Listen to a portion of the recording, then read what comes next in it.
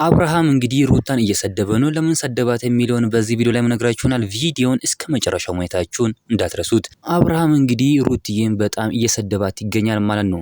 ሩታም ቲክቶክ ላይ ስቶሪ አድርገዋለች ማለት ነው። ሰው ዝም ብሎ አይኖርም ብላ እንግዲህ ስቶሪ አድርገዋለች። እውነት ለመናገር ከሆነ አብርሃም ትክክለኛ ነገር እያደረገ አይደለም። አብርሃም እንግዲህ እየደወለ ሩተን እያስጨነቃት እየደወለ እያስጠነቀቃት ይገኛል ማለት ነው። ከህይወቴ ውጭልኝ ብሎ እያስፈራራትም ይገኛል። አብርሃም ግን እንደዚህ ማድረግ አለበት ብለን እኛ እናምን። በጣም ነው የሚያስፈራራት እውነት ለመናገር ከሆነ ማለት ነው። ይሄ አበጋዝ የሆነ ሰውዬ በጣም በቃ እያስጨነቃት ሩታን እያስጨነቃት የሚገኝ ሰው ነው። ይሄ ደግሞ ትክክል አይደለም። ከሄርሜላ ጋር ቢታረቅም እንደዚህ ማድረግ አለበት እኛ ብለን አናምንም። ደግሞ ከሄርሜላ ጋር የሚታረቀው እሷ ወዶ ምናምን እኮ አይደለም፣ የሆነ ተንኮል ሰርቶባት ነው። ለዛ ነው እንጂ እሱ ዝም ብሎ እንትን ብሎ አይደለም ማለት ነው። ነገር ግን እንደዚህ ማድረግ ትክክል ነው ብለን እኛ አናምንም። ይሄ ደግሞ ትክክለኛ ነገርም አይደለም። እሷ ብቻውን አይደለችም ማለት ነው። ብቻሽን ነሽ አንቺ ምን ታመጫለሽ?